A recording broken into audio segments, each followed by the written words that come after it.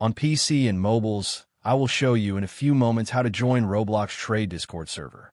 It's the same method on both PC and mobiles.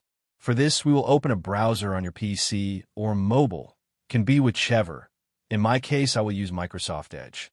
Now click on URL bar and type this URL to be able to join this Discord server.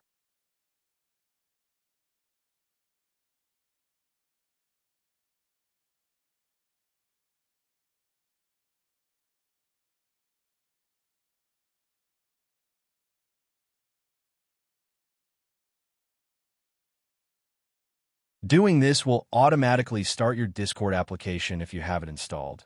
Then click Join, and you will have access to the Discord server.